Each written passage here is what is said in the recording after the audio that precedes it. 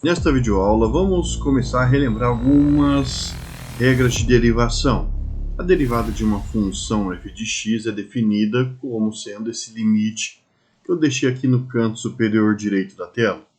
Então, por exemplo, se nós tivermos uma função constante, fato que nós podemos denotar por f de x igual a c, onde se c pertence ao conjunto dos números reais. Veja que esse e arredondado significa pertence. E esse R é o conjunto dos números reais. Então, C é um valor que pertence ao conjunto dos números reais. É um número do conjunto dos números reais. Mas por que eu estou falando isso? Porque existem números que não são reais. Números que são complexos não reais. Esse é um tema para outra videoaula. Qual o valor da derivada para uma função desse tipo?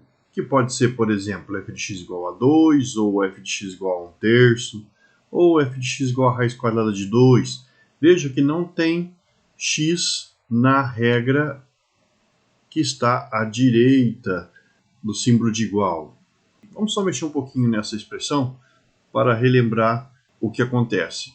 A derivada da função f, de acordo com esta definição, é o limite quando h tende a zero, de f de x mais h, menos f de x.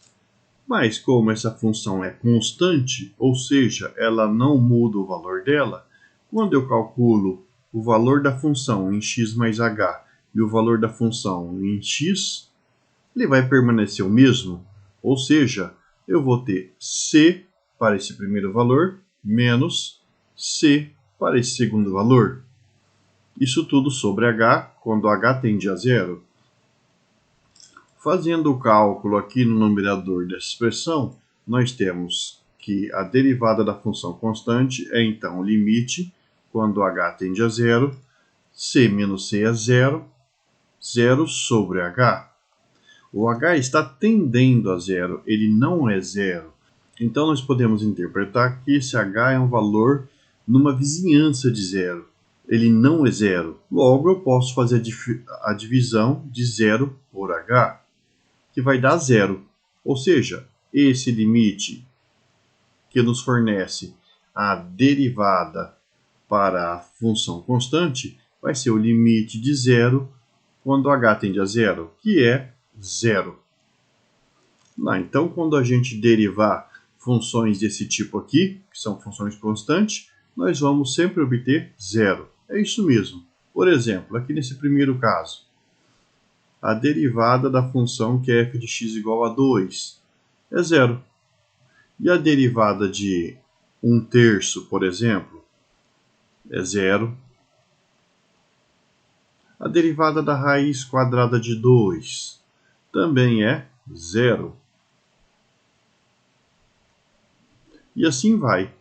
A derivada do π, que a gente pode representar com essa outra notação aqui, usando o parênteses e aquela linha ali em cima para representar a derivada do que está entre parênteses, vai ser zero.